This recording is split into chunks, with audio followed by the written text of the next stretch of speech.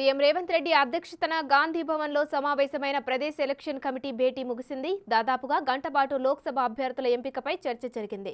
వచ్చిన దరఖాస్తులను short list చేసినట్టు తెలుస్తోంది.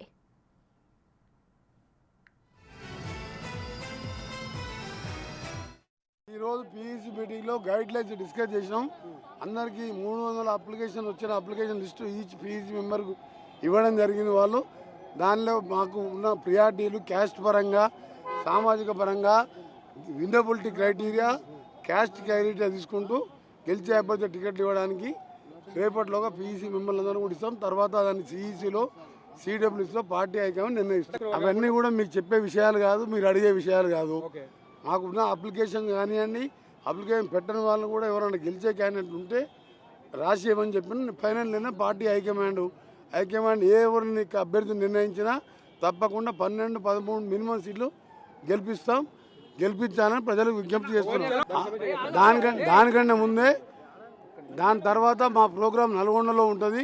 కొన్ని స్కీమ్స్ లాంచ్ చేయడానికి మా గౌరవ ముఖ్యమంత్రి గారు కూడా నేను రిక్వెస్ట్ చేశాను. ప్రియాంక గాంధీ చేతుల మీదుగా నల్గొండలో జరిగే బహిరంగ సభ చూడండి.